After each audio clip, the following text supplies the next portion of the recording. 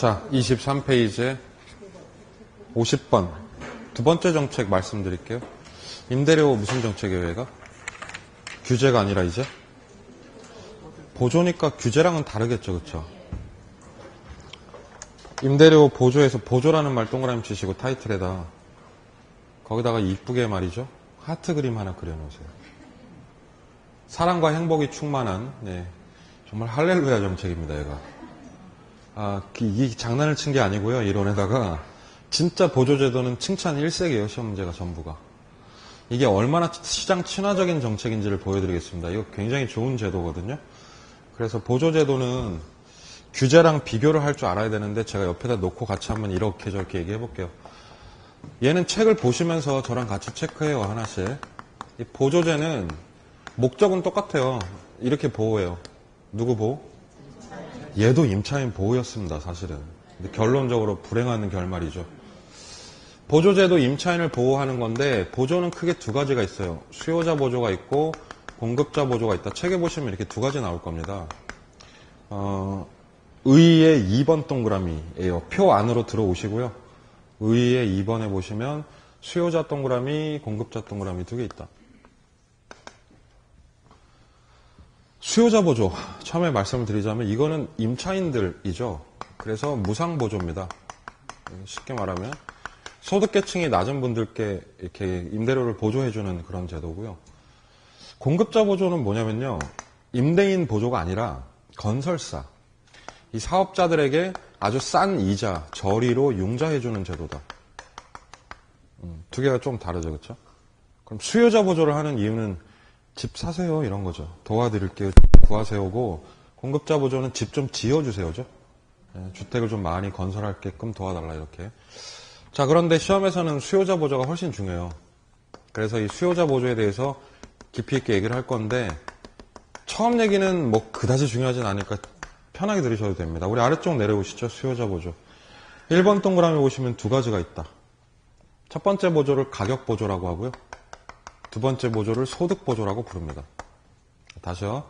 수요자 보조는 종류가 두 개예요. 두 개. 차이가 있겠죠. 가격 보조는 뭐냐면 보조금을 갖다가 임대료로만 쓸 수 있게 하는 제도입니다.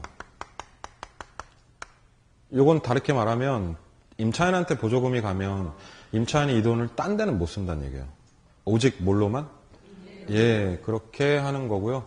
소득 보조는 그냥 현금을 지원하는 제도입니다.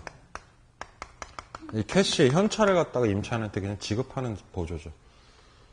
가격 보조가 좀 와닿게 말씀드려볼까요? 예, 외국에서는 이런 식으로도 하는데 이 가격 보조라는 게 임대차 계약을 합니다. 그럼 그 계약서 사본을 관청에 보내요. 그럼 그 관청에서 계약서를 검토해서 임대료가 20만 원이다 그러면 한 7, 8만 원을 임대인 통장으로 넣어주는 거예요. 아예.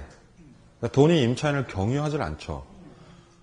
그러면 임차인은 예를 들면 12, 3만 원만 내면 되는 거란 말이에요. 그럼 얘 보조를 받으면 임차인 입장에서는 집값이 세일하는 효과가 나요. 맞죠? 그럼 좋아하겠죠. 네, 이런 보조입니다. 근데 우리나라는 가격 보조를 하지는 않습니다. 우리나라는 요 스타일이에요. 그래서 3번 동그라미에 소득 보조 있죠. 뒤에 빈 공간 좀 있죠. 거기다 우리나라 방식이라고 쓰시고, 이 소득 보조는 우리나라에서 뭐라고 부르냐면 이 제도를 주거급여 제도라고도 부릅니다. 급여. 주거급여제도. 여기 이제 올해 통합돼서 올해부터 실시되고 있고요. 기존에는 뭐 이름이 뭐 여러 가지입니다. 뉴스에 보면 바우처 제도 이렇게 부르기도 하고요. 주택 바우처. 여기 이제 이번 시험에 등장하기도 했습니다. 근데 엄밀히 말하면 지금 우리나라는 바우처는 아니에요. 이 바우처가 한국말로 바꾸면 교환권 이런 뜻이거든요. 우리 비행기 발권할 때 표 교환하려면 이게 있어야 되죠. 그 바우처라고도 하고 호텔에서 막 조식 뷔페 같은 데 갈 때 막 내는 거 있어요. 그것도 바우처. 바우처는 그러니까 저소득층 분들에게 일종의 상품권 같은 걸 주는 거예요. 10만 원짜리 이렇게. 그럼 바우처를 받고 거기에 현찰을 얹어서 임대인한테 내는 거죠. 이런 식으로. 지금은 그렇게 안 하고 요 방식을 하고 있단 말이에요. 지금 뭐다? 주거? 그럼 요 단어를 보면 알겠죠. 이게 뭔지. 월급식으로 매달 소득계층 낮은 분들한테 뭐 15만 원, 25만 원 이렇게 지원하는 거예요.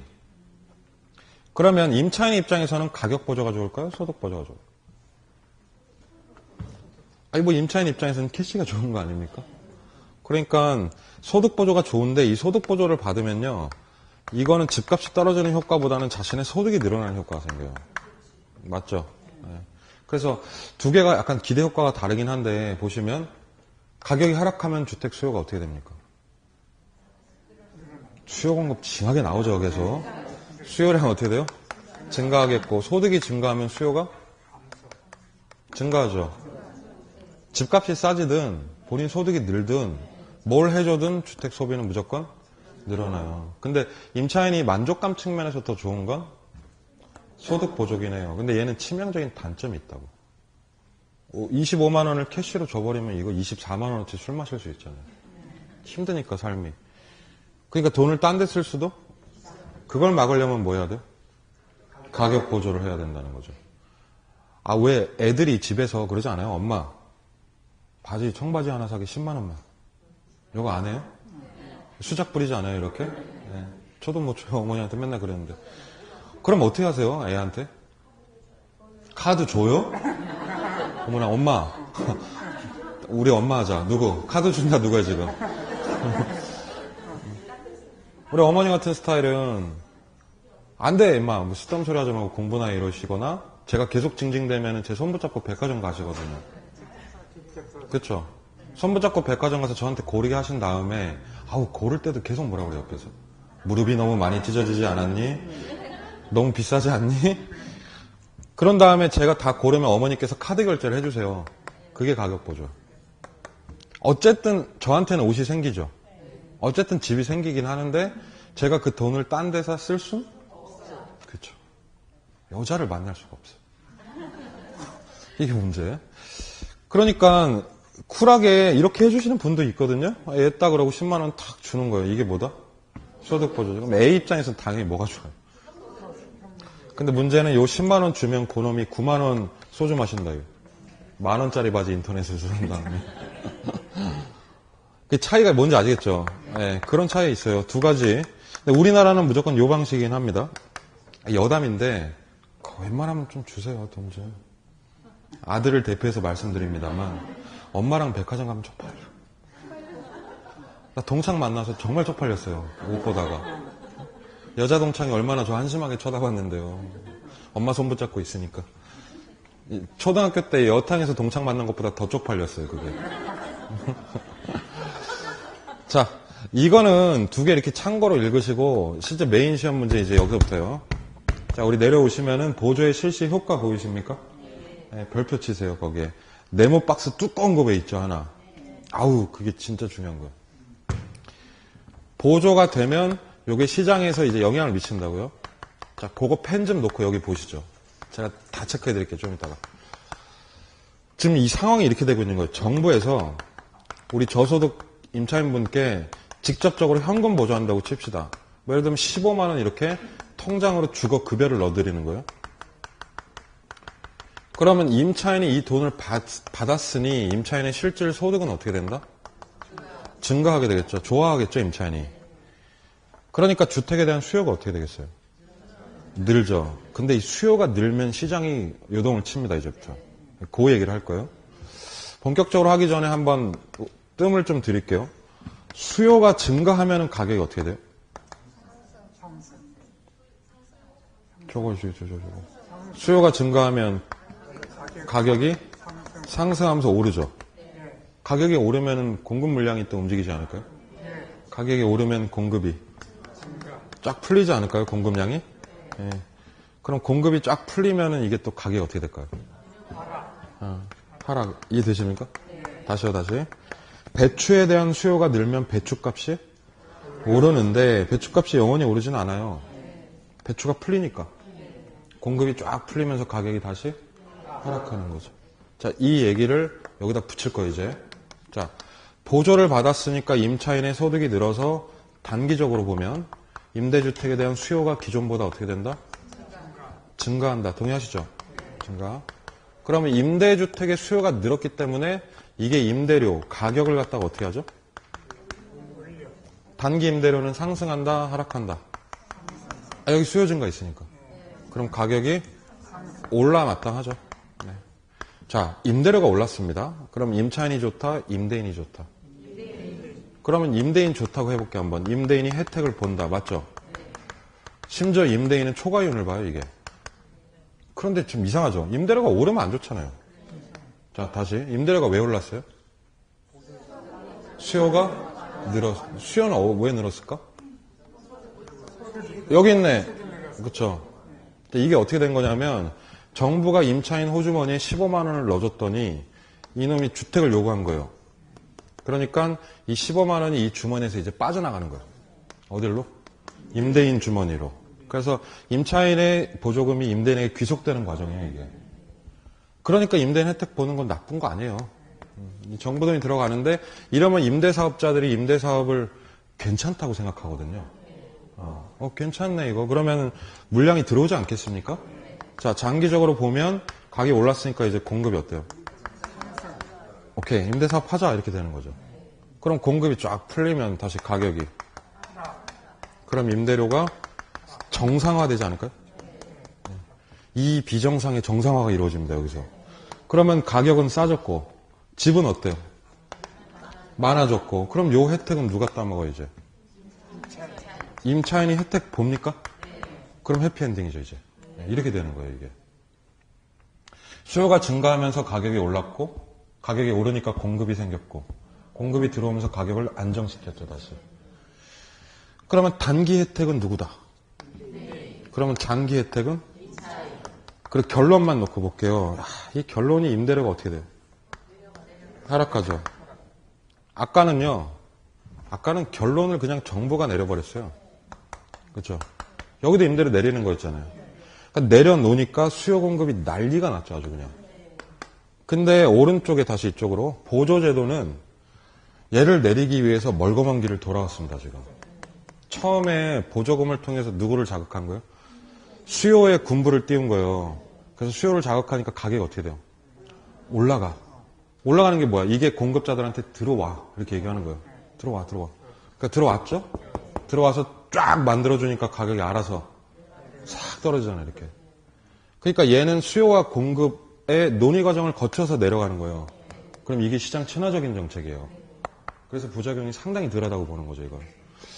그래서 요 4단계인데, 요 4단계가 얘를 베이스로 하고 있죠, 지금. 그래서 제 책이 여기서부터 시작을 합니다, 내용이. 그 박스에 수요 증가, 가격 상승에 이은 공급이 증가해서 가격이 다시 원점으로 하락. 요걸 이해한다면 이 이론이 이해가 되는 거예요, 확실하게. 자, 1번 들어갈게요. 보조가 실시되면 임차인의 실질 소득은 증가하고 단기 동그라미. 단기 수요가 어떻게 된다? 증가. 집 내놔, 나 돈이 있어. 이렇게 되는 거죠. 2번. 단기 수요가 증가하므로, 자, 단기 동그라미 다시 치세요. 단기적으로 수요가 증가하므로 뒤에 임대료는 상승 밑줄. 괜찮다니까, 이거. 자, 3번 보세요, 3번. 그러면 단기 동그라미. 단기의 임대료 상승은, 여기 색칠 좀 하나 해놓을까요? 임대인들의 무슨 이윤?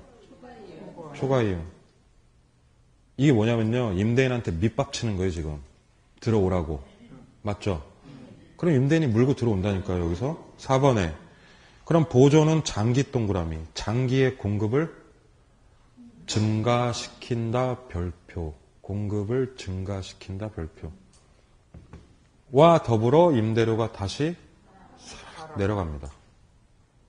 상한제는, 여기 보실래요? 이 규제제도는요, 공급이 어떻게 돼요? 임대사업자 뚜껑, 공급 어떻게 돼요? 줄어요. 얼마나 바보 같은 정책이냐면, 가격을 낮춰놓으니까 그렇지, 먼저. 누가 들어오냐고, 여기. 그러니까 얘는 공급이 어떻게 된다? 감소죠. 이게 부작용의 서막이에요, 여기가. 근데 여기서는 어떻게 했어요, 영리하게, 가격을? 일단 올렸잖아요. 들어오라고. 그러니까 얘는 공급이 들어올 여지가 있다는 거죠. 그래서 상한제는 집이 부족해질 수 있지만, 얘는 주택이 어떻게 된다? 늘어난다. 이게 결정적인 차이예요, 두 제도에. 그렇죠. 그러면서 5번에 보세요. 장기적으로는 주택도 많아지고 임대료도 싸지니까 임차인들의 해피엔딩으로 얘기가 막을 내립니다. 이게 되게 탄탄한 스토리 라인이 있다니까요, 여기 안에. 예, 그 스토리 라인의 주연이 바로 수요와 공급이에요, 두 명. 그래서 얘를요, 공부하실 때 좀 써보셨으면 좋겠어요, 하나하나. 수요가 어떻게 움직이고 가격이 어떻게 움직여서 공급이 어떻게 되고 이렇게. 이걸 잘 이해하시면 나중에 진짜 외울 게 없어요. 근데 이걸 이해를 못하면 나중에 이걸 다 외워야 돼요. 되게 힘들어요, 그러면. 그래서 꼭 이해를 하셨으면 좋겠습니다. 그 프린트 뒷장 있죠? 31번. 31번 지문 별표 치세요. 아, 정말 나이스한 지문입니다. 31번 한번 풀어보시죠.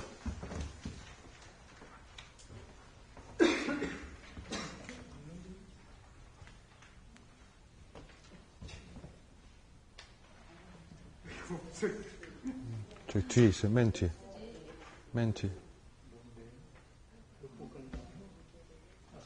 5예요, X요? 31번? 지금 이 문장 읽으시면서 중요하게 느껴야 되는 게 두 개 있어요. 처음에는 뭐가 중요한 거예요? 제 생각엔 단기가 중요하다고 생각합니다. 첫 번째 줄 끝부분에 단기 있죠? 그 다음에 두 번째 줄에 뭐 있어요? 장기. 단기에 두 가지 일이 있고 장기에 두 가지 일이 있었어요, 시나리오에서. 단기는 수요가 어떻게 됐어요? 증가했죠. 그래서 가격이 상승. 그럼 단기 임대료 상승 맞습니까? 예, 그것 좀 같이 색칠을 하실래요? 단기 임대료 상승 이렇게? 그럼 원인을 찾아줘. 왜 올랐죠? 왜 올랐죠, 임대료? 수요가 증가했기 때문이다. 그렇죠. 그걸 알아야 안 까먹는다니까. 단기에 수요가 늘었기 때문에 임대료는 상승한다가 맞죠. 그러면 장기 다시 색칠해서 임대료 하락이란 말 맞나요? 장기에 왜 임대료가 하락하죠? 그렇죠. 그렇죠. 공급 증가가 숨어 있는 거죠, 안에. 그럼 이건 완벽하게 맞는 문장입니다. 그렇기 때문에 그 문장만 보더라도 단기는 임대인 혜택, 장기는 임차인 혜택이라는 걸 알 수가 있죠. 이게 정확히 토시 그대로 나오는 시험 문제예요. 31번이. 아주 완벽한 이론적으로 그런 내용이죠. 그러니까 4단계 중에서 2단계만 띄어서 물어봤죠. 문제 안에서. 지금 이 시나리오가 본인이 완벽하지가 않아서 조금 헷갈리실 거예요. 풀 때. 근데 이 보조는 단기와 장기 구별해놓고 연습 좀 하십시다. 아시겠죠? 네. 23페이지 들어옵니다. 51번. 그 다음에 무슨 제도예요? 야, 요건 또 얘기가 좀 다른데, 요것도 아주 시나리오가 탄탄해요, 이 제도도. 머릿속으로 이제 그림 그리시면서 공부하시면 됩니다, 얘도. 자, 칠판 한번 보시죠.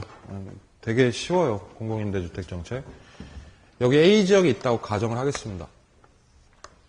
A지역에 지금 임대주택 시장이라고 봐요, 여기가. 현재 아파트가 있긴 한데, 뭐가 있냐면은 민간 건설사가 지은 아파트가 있어요. 민간주택. 이 민간주택을 우리 이론에서 사적주택이라고 부릅니다. 익숙해져야 돼요. 사적주택. 정부가 공급한 거 외에는 다 사적주택이라고 부릅니다.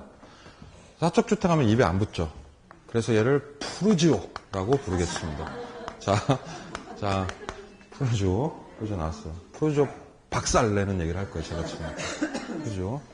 이 푸르지오가 월세가 얼마냐면 50만 원이에요, 지금. 월세 기준. 근데 2억이 들어가고 싶으니 가련한 임차인이 있단 말이에요, 여기. 비싸가지고 해서 울고 있어요, 이렇게. 이 상태입니다, 지금. 그러면 정부가 처음에 할 수 있는 정책은 뚜벅뚜벅 가서, 야, 너 뭐야? 너 내려. 40으로. 이렇게 해버리면 돼요. 이게 뭐다? 이게 상한제예요. 상한제. 맞죠? 야, 너 뭐야? 50 받지 말고 얼마 받아? 예, 그렇게 쳐버리면 돼요. 이게 상한제입니다. 두 번째. 아이고, 들어가고 싶었어? 그래서 엉덩이 툭툭 뚫어주면서 15만 원 대주면 돼요. 좀 알아서 해봐. 대줄 테니까. 무슨 제도? 이게 보조제입니다. 이해되시죠? 세 번째 방식이 바로 이거죠. 그래? 너 50만 원이야? 그래서 정부가 옆에다가 지어버리는 거예요, 집을. 그러면서 여기를 공공주택이라고 불러주는 거예요. 등짝에다 LH 딱 찍어가지고 집을 풀어버리는 거예요. 그럼 얘를 공적주택이라고 하는 겁니다. 정부가 시장 그라운드 안으로 들어왔네요. 네, 와가지고 집 풀어버렸죠. 그럼 얘를 직접적 개입이라고 하는 거예요, 이제부터. 그러면 제일 먼저 시험에 나오는 말이 기존에 있던 사적주택밖에 없었죠. 이 시장에 누가 등장한다? 공공주택이 등장하면서 시장이 분리된다 이렇게 나온단 말이에요. 맞죠? 근데 이 분리가 그냥 분리가 아니라 이게 경쟁이 붙어버려요. 이 푸르지오는 현재 50만 원인데요. LH주택은 푸르지오랑 품질은 비슷한데 가격은 말도 안 되게 20에 월세를 공급하는 거예요. 그러면은 이게 나눠진단 말이죠. 중간에 임차인이 껴있죠. 그럼 임차인은 좋다 나쁘다. 행복하죠 이제. 기존에는 이놈의 푸르지오만 있었는데 뭐가 생겼어요 여기에? LH가 생긴 거 아니에요. 그래서 시험에는 주택의 선택의 폭이 어떻게 된다? 왜 그렇게 나와요? 확대된다. 확대되고 얘 힘이 세지죠. 얘 입장에서 어려운 말로 하면은 대체제가 생겼다. 맞죠? 대체제. 그럼 그 다음은 이제 상황을 우리가 예측할 수가 있는 거예요. 여기에 쏠려있던 수요가 이쪽으로 분산되지 않을까요? 그러면 사적주택의 수요는 어떻게 될까요? 그래서 수요가 줄어듭니다. 그럼 이 수요 어디로 갑니까? 공적주택의 수요가 증가한데 이거 이동이죠, 이동. 그러면 사적주택에 뭐가 떨어졌어요, 지금? 수요가 떨어지죠? 그럼 수요 감소하면 그 다음에 수요 공급 가격이. 그렇죠. 그럼 푸르지오 임대료가 어떻게 돼요? 박살납니다, 아주 그냥. 아주 박살나는 거예요, 이렇게. 박살. 50만 원에서 40만 원으로 내리는 거예요, 얘가. 이럴 수밖에 없지, 자기가. 공공주택은 수요 늘죠? 그럼 얘는 가격은? 안 올라요. 정부가 20만 원 세팅해놨어요. 그럼 이쪽은 수요 공급 없어요, 이제. 그럼 얘는 원래 싸죠? 근데 얘도 어때요? 싸졌어요. 이게 공공주택의 특징이에요. 여기서 우리가 두 가지를 봐야 되는데, 정부가 LH주택 왜 지어요, 이거? 첫 번째 목적은 들어와. 여기 있으니까 일로 들어와, 일로. 그래서 여기에 입주하라는 얘기죠. 그러면 첫 번째 입주자들은 대박이죠. 이게 로또잖아요. 이게 지금 차액이 얼마예요? 50, 20이니까. 자, 그러니까 시험에 나오는 말이 공공주택에 거주하는 임차인들은 사적주택과의 임대료 차액만큼 보조받아요, 이게. 맞죠? 30만 원씩 세이브할 수 있다. 근데 문제는 얘가 TO가 정해져 있어서 비입주자가 더 많을 거 아니에요. 그럼 어디 가야 돼요? 여기 가야 되는데 아이고 얘 덕분에 얘 가격도 떨어졌으면 이건 간접적인 혜택이 있는 거죠. 사실 공공주택은 이게 좋은 거예요. 임차인들 입장에서. 얘는 워낙 싸고 얘도 싸지고 이게 경쟁의 효과 아니겠습니까? 네. 그러니까 여기 못 들어가더라도 가격 하락 효과를 볼 수 있다 없다? 있다. 그렇게 보시면 되는 거죠. 결국엔 입장 바꿔볼까요? 푸르지오 입장에서는 LH주택이 뭐예요? 양아치지. 왜냐면 내가 1,000원짜리 핫도그를 팔고 있었거든. 근데 거기에 정부가 통 큰 핫도그 500원에 파는 거야. 맛도 있네? 그럼 얘 어떻게 해야 돼요? A식으로 가격을. 그렇죠. 알뜰주유소 공급 논리도 이런 거예요. 알뜰주유소를 공급해서 가격에 폭탄을 터뜨려버리는 거예요, 지역에. 그러니까 LH의 역할은 주변 아파트를 다 끌어안고 가격을 확 내려버리는 거예요. 그럼 임대인들이 좋아할 리가 없죠. 그래서 푸르지오 아파트에는 현수막이 걸리죠. 행복주택이 웬 말이냐. 너희들은 행복하냐, 나는 불행하다. 근데 그럴 수밖에 없어요, 논리적으로는. 근데 우리 시험에서는 집주인 입장 내지 않습니다, 문제. 우리 임차인 입장에서만 생각을 하셨을 때 여러모로 주택이 생기고 가격 떨어지니까 굿. 얘가 이론적으로는 제일 좋은 제도예요. 왜냐면 집이 생기거든요, 실제로. 자, 책에 보시면 의 보이시죠? 의의 1번 동그라미. 의의 1번 동그라미. 공공임대주택은 정부가 직접 시정임대로 어떻게 해요? 이하로 주택을 공급하는 정책이다. 맞죠? 2번, 이거 많이 나옵니다, 시험에. 공공임대주택 정책은 끝부분에 어떤 개입이다? 아까 배우셨던 바로 직접적 개입이다. 이해하시면 됩니다, 지금처럼. 아래쪽에 실시 효과 들어갑니다. 기존의 사적주택만 존재하던 시장에서 정부가 시장보다 싸게 공공을 풀었다. 이해되시죠? 그냥 이렇게 해요. 기존에 푸르지오만 있던 월세 시장에 정부가 푸르지오보다 겁내 싸게 LH를 풀었다며. 그러면 이해가 되죠, 1번에. 그럼 임대주택 시장이 푸르지오 시장과 어디? LH 시장으로 양분된다. 근데 중요한 건 괄호 안에 있는 경쟁이란 말이에요. 경쟁. 경쟁이 되겠습니까, 이게? LH가 푸르지오를 싹 발라버립니다. 2번. 단기 동그라미. 단기에 푸르지오 수요는 어떻게 되고? 감소되고 어느 쪽으로? LH 쪽으로 대거 이동. 이해됐죠? 자, 그럼 프로주의 인기가 떨어졌거든요. 3번에. 그럼 단기적으로 프로주의 임대료는 어떻게 된다? 하락하게 된다. 왜 하락하냐 그러면 이건 LH 덕분이다. 공공임대주택 공급 때문에 가격이 싸진 거죠. 그러면요 5번부터 볼게요. 5번. 혜택이 이렇게 오는 거예요. 공공주택 입주했죠. 자, 우리 LH 들어가시는 분들은 프로주어와의 차액만큼 무슨 효과? 보조 또는 지원 효과 있다. 이게 이제 5번이 많이 나와요, 시험에. 이해되시죠? 그 말은. 이게 1차적인 효과고 2차적인 효과가 4번에 있습니다. 4번. 공공주택의 공급은 LH주택은 주택시장에서 프로주어 가격까지 낮춰버리잖아요. 그럼 시장 전체의 임대료를 어떻게 해요? 그렇죠. 하향 평준화 시켜버리죠. 네. 그러니까 이러한 부수적 효과까지 누릴 수 있다. 이걸 뭘 외워요? 그냥 LH가 들어오면서 시장이 이렇게 돌아가는 걸 이해하면 되잖아요. 전체적으로. 네. 그래서 요걸 머릿속에 기억하면서 이렇게 사례를 보시면 되겠습니다. 그게 이제 임대주택 정책이에요. 24페이지. 52번 넘어오시면 무슨 주택이에요, 이제? 분양주택 정책이죠. 분양주택 정책. 표에 보시면 몇 개 있어요, 세로축으로? 4개 있네. 자, 우리 두 개씩 묶어볼까요? 첫 번째 거, 두 번째 거. 분양가 상한제랑 뭐 있죠? 자유화. 2개 묶으세요. 우리나라 뭐 합니까? 둘 중에. 우리나라 올해부터 자유화 하고 있습니다. 자유화 동그라미. 뭐 하고 있는지는 아셔야 돼요. 자유화. 네, 사실상 자유화 하고 있어요, 지금. 그리고 밑에 2개 묶으실게요. 선분양, 후분양. 우리나라 뭐예요? 우리나라는 뭐 95% 이상 선분양이죠. 네, 선분양입니다. 선분양. 선분양 동그라미 치시고. 그럼 적어도 4개 중에서 우리나라는 자유화하면서 선분양하고 있다. 이 정도는 술자리에서 약간 수다 떨 정도로 아셔야 돼요.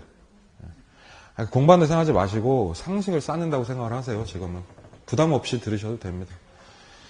첫 번째 제도 들어갈 건데 첫 번째 제도의 이름이 뭘까요? 지금? 분양가 상한제. 잠깐 스톱. 자, 칠판 보세요. 여기. 이거 무슨 제라고요? 뒤에? 이거 배웠는데 우리 앞에서 뭐 배웠죠?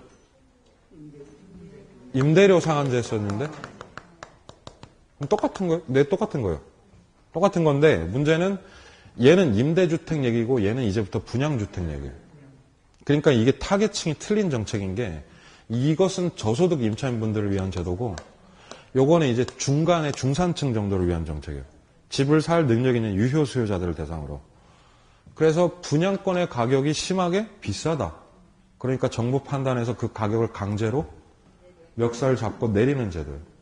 분양권이 현재 시세가 1억이면 이걸 70에서 80% 정도로 내리는 제도예요.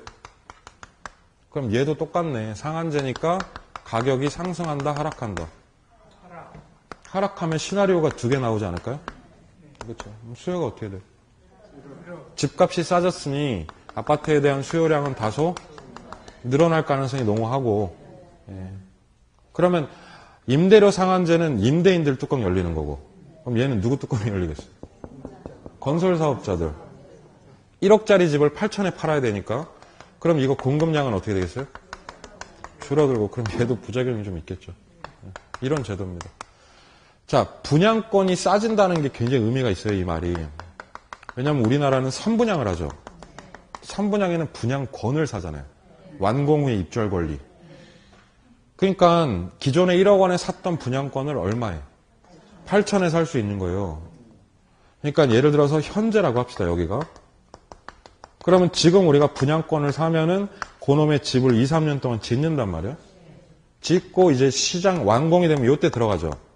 요걸 시장 가격이라고 하는 거예요. 그럼 여기 1억이면은 요 2, 3년 걸리니까 상식적으로 가격이 어떻게 되겠어요? 물론 요새는 떨어지기도 합니다. 근데 이게 올라야 정상이죠. 그럼 지금 1억 원짜리 곧바로 2년 만에 프리미엄 얼마 붙은 거예요? 2천 붙은 거예요, 피가 지금. 그렇죠.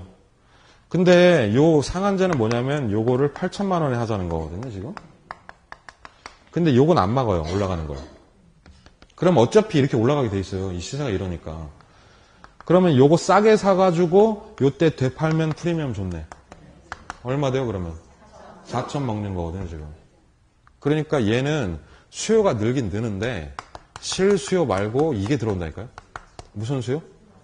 가짜 수요. 얘를 이제 투기라고 하는 거예요. 당연히 투기가 들어오죠. 싸게 살 수 있는데. 그러니까 이 분양권을 사서 여기서 되파는 프리미엄이 누르겠죠, 이제 사람들이. 자, 분양권을 되파는 걸 뭐라고 합니까, 여기서? 얘를 전매라고 합니다. 그럼 분양권 전매하면은 투기 생길 수 있으니 이 상한제는 하면 반드시 이걸 막아야 돼요. 그래서 상한제는 원래 같이 뭐가 걸려요, 여기에? 이거 안 걸리면 큰일 납니다, 이거. 전매 제한. 당신이 분양권을 샀으면 집에서 3년 동안 살아. 5년 살아, 7년 살아, 10년 살아 이렇게 제한하는 거죠. 근데 이 제한이 있어도 말이죠. 이 분양권이 매매가 돼요, 안 돼요? 됩니다. 어떻게 돼요? 떴다방. 떴다방이 하는 게 이거예요. 자, 일부러 지금 목소리 안 들리게 하는 거예요, 동영상에. 할 수 있다니까, 얼마든지. 그렇죠? 그러니까 투기가 붙을 수 있다, 없다? 이건 이해되시죠? 참고로 여담인데 1억 원의 분양권을 샀는데 딱 입주할 때 이게 8천만 원 될 수도 있습니까? 아우, 요새 허다해요. 네. 그러면 앉아서 2년 동안 2천 날렸네. 네. 요 주택을 깡통주택이라고 합니다. 그게 이제 시사 용어예요. 깡통주택. 분양권에도 시세가 못 미치는 거죠. 네. 이런 집이 굉장히 많은데 집이 호황이라고, 주택시장이 호황이라고 보면 이건 무조건 프리미엄이 붙게 돼 있다는 얘기예요. 이렇게. 맞죠? 자, 건설사 입장 봅시다. 건설사는 1억 원을 8천만 원 받으라고 하니 8천만 원짜리 집을 지을 것 같은데요, 이러면? 그렇죠? 2천만 원만큼 더 질이 어떻게? 당연히 그럴 가능성이 있다. 질적 하락이 있을 수 있죠? 나아가서는 어차피 규제가 걸리니까 공급이 줄고 시장이 위축되고 건설 경기 위축되면 부동산 시장 찬바람 분다고요, 실제로. 그러니까 이게 우려가 되는 거예요. 그래서 올해 국가에서 이걸 어떻게 한 거예요? 없애자. 이걸 없애자. 그럼 걔는 뭐예요? 그게 밑에 거네. 그게 자유랍니다. 자유라는 대단한 게 아니고요. 상한제가 있으면 상한제를 없애는 걸 자유라라고 합니다. 그러니까 자유라는 단독 정책이 아니죠. 상한제를 그냥 걷어내는 거예요. 자, 그래도 우리나라 이거 하니까 이것 좀 아셔야 돼요. 특히나 뭘 아셔야 되냐면 5번, 6번은 좀 확실히 아셔야 돼. 5번, 6번. 그럼 얘는 가격 결정이 어떻게 됩니까? 자유라면? 책에 나온 대로 말씀해 드릴까요? 그러면 규제를 풀고 시장의 수요와 공급의 자율 기능에 맡기는 제도, 이렇게 책에 나와 있어요. 거짓말이죠, 이거. 네. 과자 가격을 자유화하면 소비자랑 기업이랑 같이 가격 결정합니까? 아니죠. 이거 누가 결정하는 거예요? 네가 결정해. 이런 제도죠. 그래서 얘는 판매업자들이 가격 마음대로 매기는 제도예요. 가격 비싸질까요? 싸질까요? 비싸진다, 싸진다. 그냥 누가 봐도 가격이 오를 가능성이 다분한 제도? 근데 이건 일괄적으로 얘기 못해요. 부동산 시장은 국지성이 있거든요. 그래서 문정지구나 마곡지구는 오르겠지. 그렇죠? 그러나 어디 저기 지방 같은 데는 또 떨어진다, 이거. 그래서 근데 기본적으로 인기 있는 단지는 2배 이상 뜁니다. 그러면 가격이 비싸지면 소비자들 입장에서는 주택 구매 부담이 증가한다, 감소한다? 집을 살려는 계획이 있던 사람에게 타격이 있을 수 있죠. 구매 부담이 어떻게 돼요? 증가합니다. 그럼 저는 어떻게 해요? 너는 그냥 전세나 살아. 예, 그럴게요. 예. 그럼 저 같은 사람들은 집 사기 더 어려워질 수는 있다, 확실히. 근데 집을 보유하거나 근처 단지 집 가지고 있으신 분들은 좋으니까 이게 약간 양극화 냄새가 납니다, 여기. 예. 그런 위험성이 있어요. 그런데 공급 입장에서 오리지널로 생각을 해보면 가격이 올랐으면은 이거는 이론적으로 공급량이 어떻게 되게 되겠죠? 이 시장이 살아나게 돼 있어요, 이론적으로. 좀 어느 정도 호황이라고 치면. 그렇죠. 그리고 제가 건설업자면은 분양가 마음대로 매길 수 있죠. 그럼 저는 층층마다 다 대리석 깔 거예요. 벽에다 금칠을 할 거야, 나는. 저기 욕실에다가 히노키탕 놓을 거야, 히노키탕. 다 팔려요, 그거. 고급주택은 언제나 다 팔립니다. 그러니까 공급량이 늘면서 여기에 고급주택 들어올 수? 상한제는 아싸리 고급주택이 들어올 수 없는 구조예요. 그래서 주택 품질이 좋아질 수 있다. 그럼 이 중산층 이상 돈 좀 고소득자들은 좋아하겠죠, 그렇죠? 아울러서 공급이 살아나고 건설 경기가 살아나고 건설경기 살아나면 요 불씨로 부동산 시장에 불 좀 붙여볼 수가 있다. 라고 얘기를 하는 거죠. 5, 6번이 그런 얘기예요. 5번. 분양사의 수익성이 늘어나고 시장 활성화되고 장기적으로는 공급이 어떻게 해요? 증가할 것으로 기대됩니다라고 국토교통부 장관님께서 TV에서 그러셨어요. 나라님이 하신 말씀은 시험에 나옵니다. 네. 자유라 본인이 좋아하시든 싫어하시든 5, 6번은 동의하셔야 될 것 같습니다. 그냥 이렇게 생각하시면 돼요. 시장을 살리려면 규제하면 안 되죠. 그러니까 상한제 걸어놓으면 시장이 좀 쫄 수 있다. 위축될 수 있다. 그럼 시장을 좀 살리려면 확실히 풀자. 네. 그 정도로만 정리해놓으면 되지 않을까 싶습니다. 그래서 자유화하고 있고요. 자, 이제 분양 얘기를 좀 할 건데 공사가 3단계로 이루어져요. 그러니까 뭐 처음에 착공이라는 걸 하죠. 공사 착수를 하는데 하고 여기서 공사 하죠. 그 다음에 이걸 이제 완공을 하고 다 만들고 입주가 시작이 되죠. 지금 체계적으로. 선분양, 후분양은 집 언제 팔 건데 문제예요. 그러니까 이때 팔면 선분양이에요. 이때 팔면 네, 쉽죠. 먼저 판다, 나중에 판다.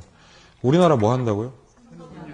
그럼 우리나라식의 선분양은 뭐 잘 아시다시피 땅을 다져놓고 팝니다. 집을. 그러니까 집 터에는 가볼 수 있지만 아무것도 없죠. 집 거기에. 네, 뭐 그 철근이나 좀 올라가 있나? 그 집을 못 보니까 뭘 보죠? 모델하우스를 보지 않나요? 예, 우리나라에 모델하우스가 있다는 건 아주 강력한 선분양의 증거다, 이게. 집을 못 보니까 이렇게 하는 거죠. 근데 이거 좀 이상하지 않으세요? 아니, 10,000원짜리 옷을, 청바지를 사더라도 몇 번을 입어보시잖아. 자동차도 몇 번을 타보고 3,000만 원짜리 사는데, 근데 3억짜리 집을 사는데 만져보지도, 보지도, 듣고 느끼지도 못하고 사는 게 이상하잖아요. 이게 부르셔보고 집 사는 거랑 뭐가 다르냐고. 그래서 이거 어떻게 생각하면 되게 골 때리는 분양제도예요, 이게. 근데 우리나라가 이걸 고수하고 있죠. 그 이유가 있습니다, 이제부터. 보시면 신규 아파트 기준으로 아파트를 살려면요. 처음에 청약 신청해야 되죠? 네. 일반적 프로세스가. 그럼 청약 종합저축이 있어야 됩니다. 청약 통장이 있으셔야 되고 당첨이 되면 여기서 뭘 내죠, 우리가? 계약금, 그렇지? 5% 10% 걸고. 그리고 공사 중간 뭐 냅니까? 네. 이게 바로 그 중도금 아닙니까? 네. 중도금을 낸다고 하더라고요. 네. 아, 죄송합니다. 제가 집을 못 사봐서 아직. 책에서 배웠어요. 제가 선분양을. 중도금 내고 요거 뭐네요? 잔금 치료. 아우, 잔금 치르고 싶다 나도. 잔금 치르죠, 이렇게. 그리고 들어간단 말이에요. 그러면은 요 전 과정을 한마디로 말할 수 있는 게 주택 구입 부담이 이제 분할 납부가 이루어진다. 이해되셨죠? 그런데 중도금을 낸다는 게 진짜 중요한 말이에요, 이게. 이 중도금을 내는 거를 갖다가, 아, 분할이구나, 이렇게만 생각하시면 안 될 게, 이 돈이 다 어디로 가요? 이렇게 되는 거죠. 여기가 포인트. 그럼 선분양은 결국 내가 들어갈 집을 짓는데 그 돈을 계속 내가 대주는 거야. 여러분들이 인부 고용하셔서 집 짓는 거랑 똑같아요. 계속 줄 테니까 이걸로 지어, 이렇게. 그러면 건설사 입장 생각해 봅시다. 자금 조달하기 쉽다, 어렵다? 어우, 나이스하죠. 그래서 선분양의 핵심은 공사자금 조달이 굉장히 쉽다는 거예요. 그럼 당연히 주택 공급이 증가 감소. 그래서 얘를 공급자 분양이라고 해요, 선분양을. 그러니까 우리나라의 쌍팔년도부터 집이 부족한 시대에서 주택을 원활하게 짓게 하기 위해서 도입한 게 이겁니다. 그걸 아직까지 유지하고 있는 거죠. 그런데 건설사들은 싫어할 이유가 없죠, 이제? 근데 이거는 소비자들한테 되게 치명적인 문제가 많아요. 첫 번째 문제, 심각한 문제인데, 내가 벽산 아파트 들어가려고 계약을 해요. 근데 중간에 벽산 건설이 부도가 나버려요. 많잖아요, 요새. 네, 경남 기업도 그렇고. 그러면은 이거 어떻게 계약하면? 진짜 이러면. 그럼 쫓겨나요, 길바닥으로? 아, 이러면 너무 위험하지 않아요, 이 제도가? 쫓겨나지 않습니다. 바로 쫓겨나는 게 아니고요. 그래서 법적으로 주택법에 나오는데 선분양 사업자들이 반드시 보증보험에 가입하게끔 하고 있어요. 이러한 상황을 막기 위해서. 안전한 입주와 분양을 위해서 마치 운전자들이 운전자 보험 가입이 의무잖아요. 그런 것처럼 이 보증보험에 가입을 합니다. 얘를 주택 도시 보증공사라는 데서 이걸 보험을 취급을 해요. 옛날에는 얘가 대한주택보증이었는데 여기 바뀌었어요, 올해. 박지성이 광고하고 있어요, 지금. 여기에 보증보험에 가입을 해야 된다. 그러니까 결국엔 이게 무슨 뜻이냐면 이 건설사가 부도가 나서 위기에 처하면 국가가 개입하겠다는 뜻이에요, 이게. 그래서 이 분양자들의 계약금, 중도금을 보증하는 역할을 하는 거예요, 여기서. 뭔지 아시겠죠? 네. 이러한 최소한의 안전장치 없이는 이거 못하죠, 선분양. 근데 내가 계약금 돌려받고 중도금 3회분 돌려받았다고 한들 기분은 나쁘잖아요. 내 집 산 건데. 그리고 나의 계획에 문제가 생기고. 그러니까 이런 경우는 소비자 위험이 어떻다? 굉장히 큰 거예요. 건설사가 위험을 우리한테 다 떠넘겨 버리는 거라고요. 이게 하나가 있고, 또 하나, 이것도 골 때리는 문제인데, 나쁜 모델하우스 있습니까? 모델하우스 보고 어머 디자인이 이렇게 구려 이러십니까? 모델하우스는 뭐다? 궁전이야. 근데 이 집이 개집이 될 수가 있어. 네. 아니 그러니까 정말 좋았는데 이 경험해 보셨잖아요. 마감재가 틀려지거나 발코니 틀려지고 화장실 부엌 이게 이런 일이 발생할 수밖에 없는 게 계약을 미리 해놓고 공사를 시키니까. 그럼 여기 품질 문제 생길 수? 분쟁이 어마어마하죠, 선분양은. 그래서 얘는 품질 문제가 굉장히 심합니다. 그리고 비교 구매할 수도 없어요, 소비자 입장에서. 그럼 소비자의 권익을 찾는 사람들은 이거 하지 말자고 하겠죠. 뭐 하자고 하는 거예요? 자, 후분양이 되잖아요? 그럼 이 단점이 고스란히 장점으로 바뀝니다, 이제. 어떻게 팔아요, 얘는 집을? 자, 미국식 후분양은 풀 세팅이에요, 완전히. 완전히 다 해놔요. 빌트인이면 뭐 그런 거 다 넣어놓는 거예요, 무조건, 안에. 그러니까, 요렇게 파니까 그게 후분양인데, 그럼 우리가 집 볼 수 있다, 없다?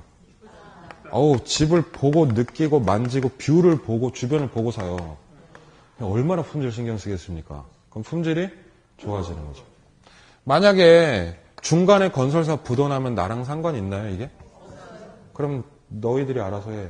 그럼 내 이런 위험 부담이 어떻게 되죠? 줄어드는 거예요. 그럼 후분양이 좋은 거예요, 나쁜 거예요?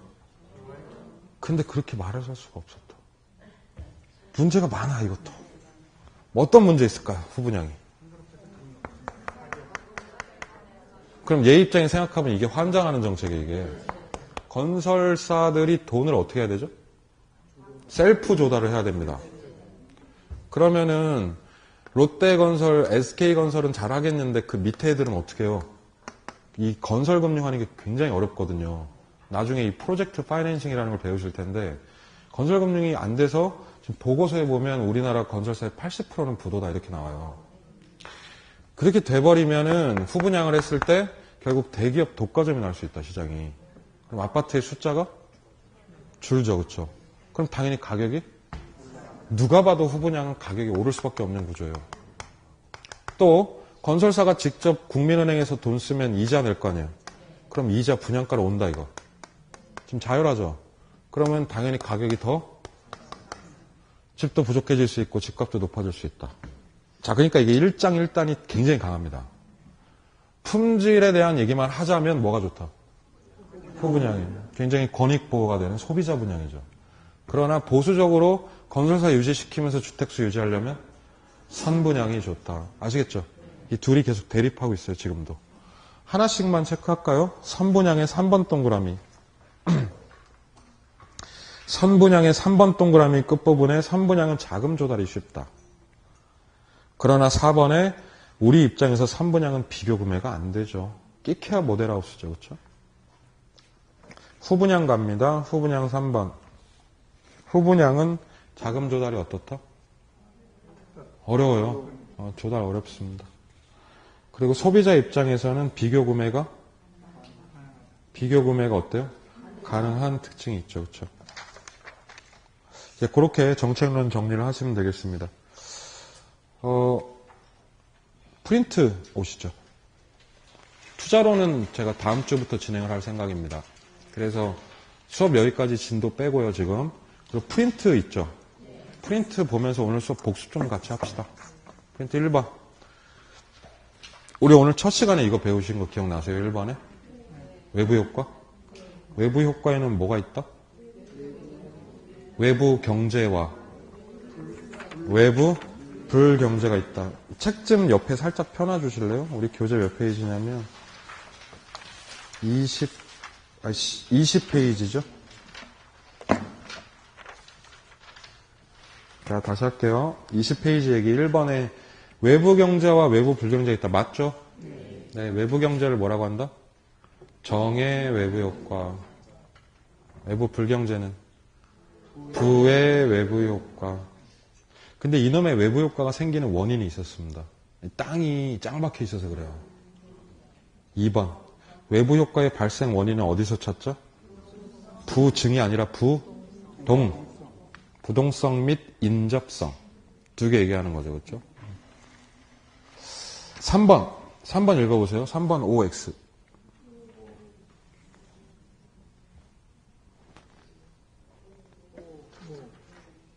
그럼 제 질문 한번 대답해 보세요. 외부 효과는 거래 당사자 간에 일어난다? 아니면 제3자와의 관계에서 일어난다? 제3자 맞습니까? 그럼 외부 효과는 의도된 것이다? 의도하지 않은 것이다? 의도하지 않은 거죠. 그러면 손해나 이익에 대해서 보상이 된 거다? 안 된 거다? 자, 지문에서 3번에 한 사람의 행위가 밑줄 제3자 맞나요? 제3자에게 영향 주는 거 맞나요? 맞죠? 이건 맞는 거예요. 경제적 후생이란 말 좀 색칠해 보세요. 경제적 후생이라는 단어 많이 보시게 될 건데 그냥 정말 쉽게 해석하면 경제적 효과라고 해석하시면 돼요. 그냥 혜택도 좋고 경제적 효과 뭐 이런 거죠. 그러니까 어떤 개인의 행위가 제3자의 경제적 효과에 영향을 미칩니다. 그럼 이건 맞는 말이에요, 지금. 근데 그 행위에 대한 서로 간의 보상이 이루어지지? 그게 포인트죠, 또. 이루어지지 않았다 그랬으니까 이건 아주 정확한 정의예요. 네. 그래서 3번은 맞는 질문이 되겠습니다. 자, 4번도 스캔 한번 하시죠, 눈으로 쭉.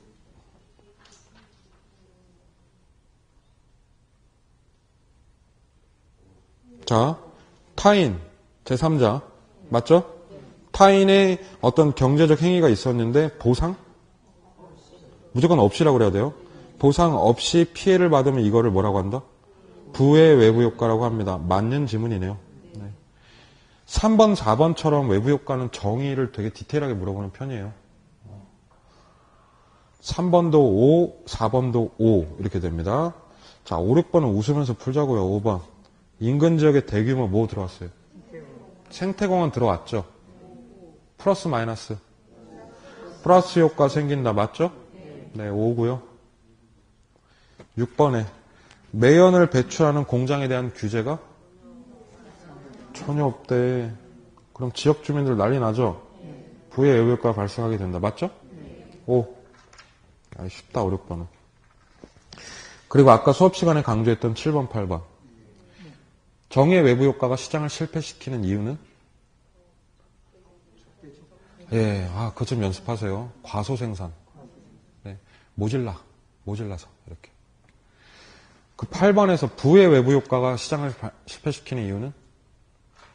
과대생산. 나쁜 건 또 너무 많아. 이렇게요.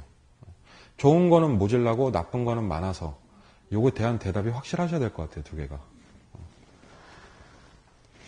9번 상식적이에요. 문장이 9번 부의 외부 효과가 발생하는 경우에 정부가 막아야죠. 그래서 세금 부과나 규제를 통하면 이 비효율성을 감소시킬 수 있다. 맞죠?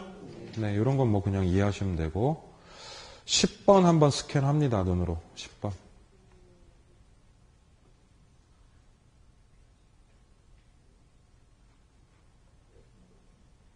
자, 이게 무슨 뜻이냐면 부의 외부 효과에 대한 규제 밑줄 쳐보세요. 규제라는 말 동그라미 치세요. 여기서 말하는 규제는요, 결국 제거하겠다는 뜻이에요, 이거를. 나쁜 거를 걷어내줄게, 이런 얘기예요. 공장을 없애줄게, 이렇게. 그러면 공장 없어지고 나면 좋아지지 않나요? 그러면 그 행위가 부동산의 가치를 어떻게 해요? 그럼 이건 맞는 말이야. 규제를 가해서 나쁜 거를 제거시켜버리면 주변의 집값 같은 거 오를 수 있다, 이런 의미죠. 꽤 어려운 문장입니다, 이것도. 맞아요. 11번. 주택시장에서 단기적으로 밑줄 치세요. 수요에 비해서 공급이 부족하다. 그럼 얘를 시장 뭐라고 불러요? 두 번째 줄에 시장 실패 보이시죠? 시장 실패가 나면요. 그냥 두면 죽어요, 시장. 그럼 이거 어떻게 해야 돼요, 정부가? 개입의 근거가 된다. 맞겠죠? 네, 옵니다. 12번부터 15번 연결하실게요. 쭉. 그거 연결해놓고 잠깐만 우리 21페이지 좀 봐요. 21페이지 위에 표 보이시죠? 정부가 시장에 들어오는 방법이 총 몇 개? 직접적, 간접적, 토지 규제. 이 문제라고 보시면 됩니다. 12번에 네 글자로 무슨 개발? 공영 개발. 무슨 개입이다? 직접적 개입이다. OX 하는 문제 아니고 이거. 직접적 개입이죠. 그냥 이렇게 물어봐요, 시험에서. 그럼 13번은 뭐 나와요, 지금? 금융 지원한대요. 밖에서 찔러주는가 본데? 얘는 무슨 개입? 간접적 개입이다. 그럼 13번은 X 아니겠습니까? 금융은 간접이다. 14번에 무슨 주택? 보금자리 주택은 이거 정부 주택 아닌가요? 정부가 집 풀어내는 무슨 개입? 직접적 개입이다. 그럼 14번은 또 X네요. 아니, 그냥 뭐가 나오는지 아시겠죠, 시험에. 뭐는 뭐냐, 이거요. 토지은행은 뭐냐, 공영개발은 뭐냐, 금융은 뭐냐, 행복주택은 뭐냐, 이런 거예요, 시험 문제가. 그래서 12번부터 14번이 그 종류가 나왔고, 15번은 규제에 대한 정의입니다. 토지 이용을 사회적으로 바람직한 방향으로 유도하기 위해서 토지 이용 행위를 강하게 어떻게 한다? 제한하는 방법이다. 맞죠? 네. 16번. 맞는 문장입니다. 쭉 읽어볼게요. 지역지구제는 토지이용계획상에서 토지 기능을 계획에 부합되는 방향으로 잘 유도하기 위해서 마련한 법적, 행정적 장치다. 규제란 뜻이죠. 네, 맞는 표현입니다. 17번 문장 쭉 읽어보세요. 속으로.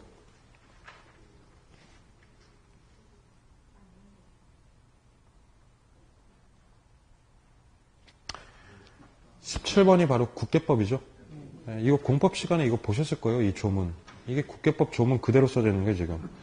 용도 지역은 토지를 경제적 효율적으로 이용하고 공공복리를 증진시키기 위해서 중요한 거 어디요? 서로. 그건 색칠이지. 중복되지 아니하게 도시군 관리계획으로 결정하는 적이다. 맞죠? 네. 뭐 있죠? 용도 지역에 4개? 도, 관, 농, 자. 도시지역에 주상공록 있었고, 그쵸? 18번에 우리 아까 했지만 지역은 중복이 안 되더라도 지역과 지구는 중첩할 수? 그래서 이게 X였죠, 아까. 19번에는 무슨 제도인가요? 토지? 비축이면 토지은행인데 이거. 토지은행은 정부 등이 미개발 토지를 직접 매입, 그 다음에 보유, 그리고 적절한 때에 이를 공급하는 제도다. 맞죠? 시험에 겁내 나왔네, 이것도. 맞아요. 누가 하는 제도예요? 19번 제도는. 어디서 실시합니까? 네, 한국말로 뭐라고 부르죠? 토지, 주택, 공사. 근데 토공이나 주공이라고 그러시면 안 돼, 이제. 옛날에는 토공, 주공이 따로 있었잖아요. 주공 아파트도 있었고. 토공, 주공이 합친 게 토지주택공사입니다. 그래서 주공이라고 그러면 옛날 사람. 네. 요새 사람은 토지주택공사. 네. 아래쪽에 20번. 무슨 개념이죠? 공개념이네요. 공개념은 공익성과 사회성을 강조하죠. 그래서 개인 소유권에 대한 제한할 수 있다. 그렇죠. 그래서 그런 사고라고 볼 수 있다. 맞죠? 네, 동그라미입니다. 21번도 문장 쫙 한번 읽어보시죠.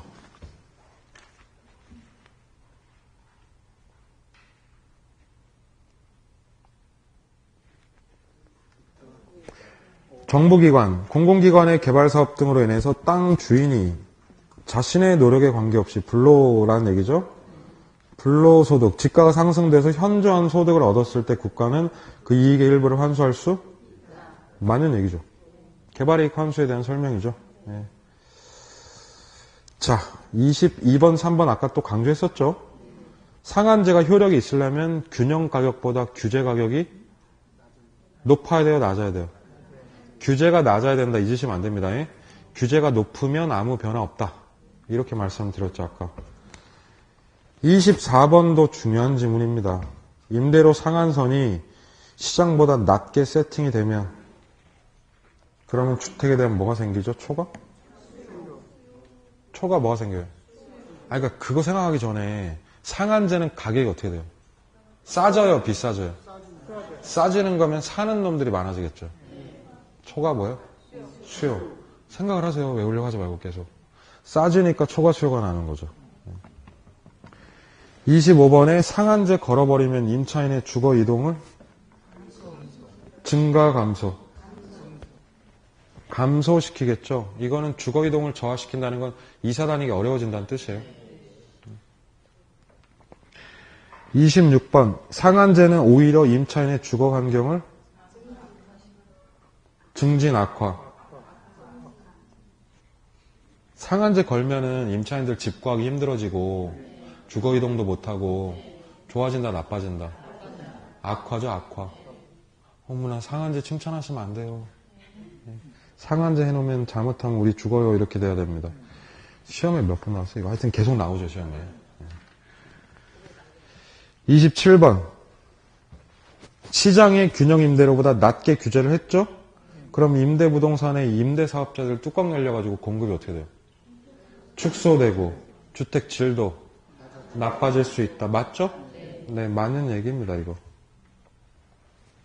그럼 28번 임대료 보조 대신 동일한 금액을 뭘로 줬죠? 현찰로 주면 임차인들은 좋아합니까? 아이고 좋아 날뛰죠. 저소득층의 효용은 어떻게 된다? 증가한다. 그렇죠?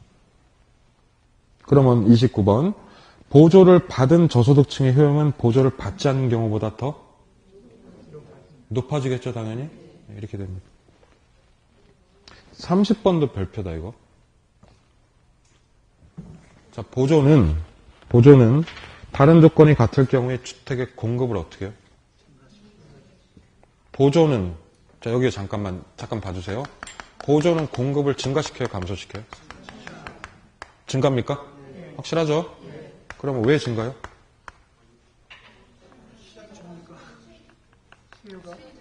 가격이 올라가기 때문에 그렇습니다. 단기 임대료가 뜨기 때문이죠.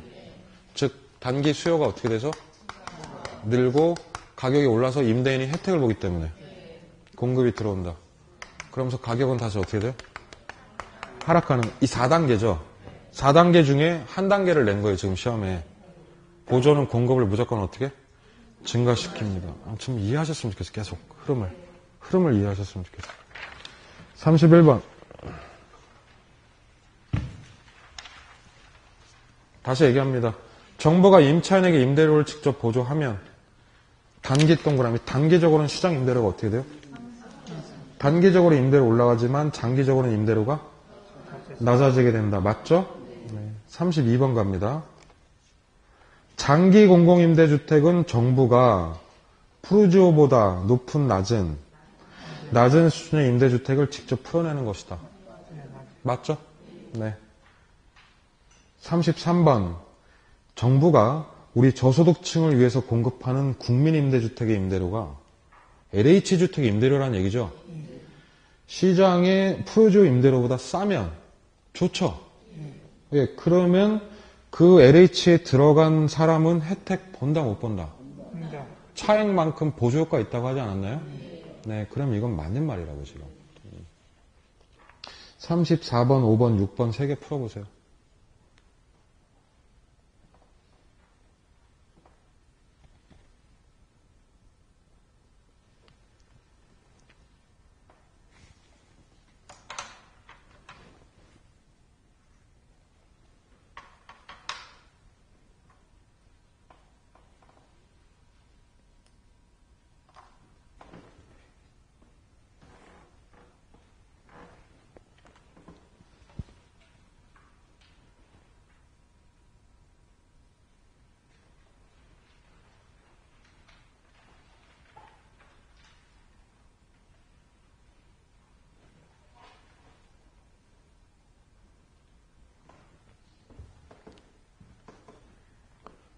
자, 보세요.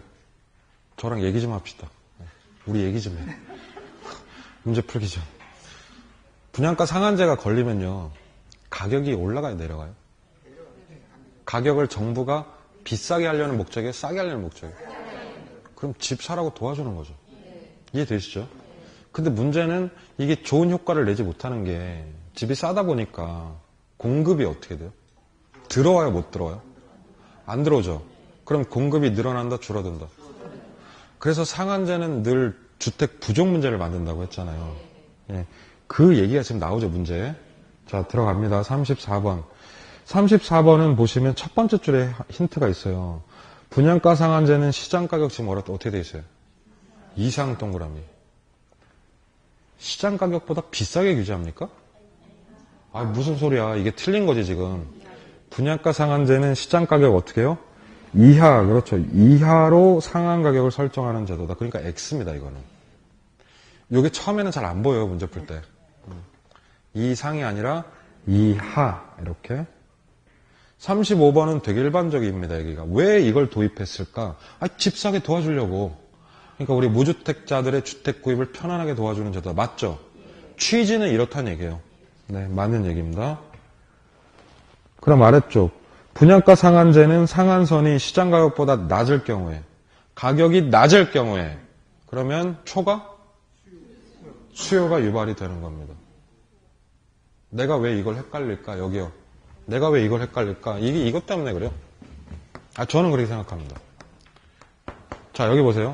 분양가 상한제는 여기 보세요. 집중. 마지막입니다. 분양가 상한제는 가격 올리는 거, 내리는 거. 오늘 하루 종일 이 얘기했네요. 내리니까 분양주택의 수요가 집 내놔, 집 내놔, 집 내놔. 근데 가격이 하락하니까 안 팔어. 그러면 내놓으라고 요구하는 사람이 팔려는 사람보다 월등히 많아진다. 초가? 수요입니다. 그래서 지금은 좀 헷갈리실 것 같은데요. 본인이 이 공부를 수요 공급을 얼마나 하느냐에 따라서 이게 금방 해결이 됩니다. 자, 이거 참 많이 나오지 않나요? 지금 얘기해서? 네, 그래서 이 수요 공급의 요 세 가지 테마가 지금까지를 좌지우지한 거예요, 우리 이론을. 그러고 이제 다음 주부터 할 이론이 투자론인데요. 그 투자론은 수요 공급을 좀 벗어납니다, 이제. 근데 투자론과 금융론이 개론의 심장이에요. 좌심방 투자론, 우심방 금융론. 그리고 이 심장을 펌핑해주는 피가 수요 공급이에요, 사실은. 그래서 개론은 수요 공급, 투자, 금융이 다예요.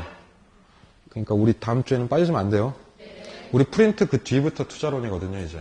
네. 그것도 처음이니까 그냥 우리 투자하는 얘기 재밌게 해드릴게요. 재밌어요, 또 들으면. 상식도 쌓이고.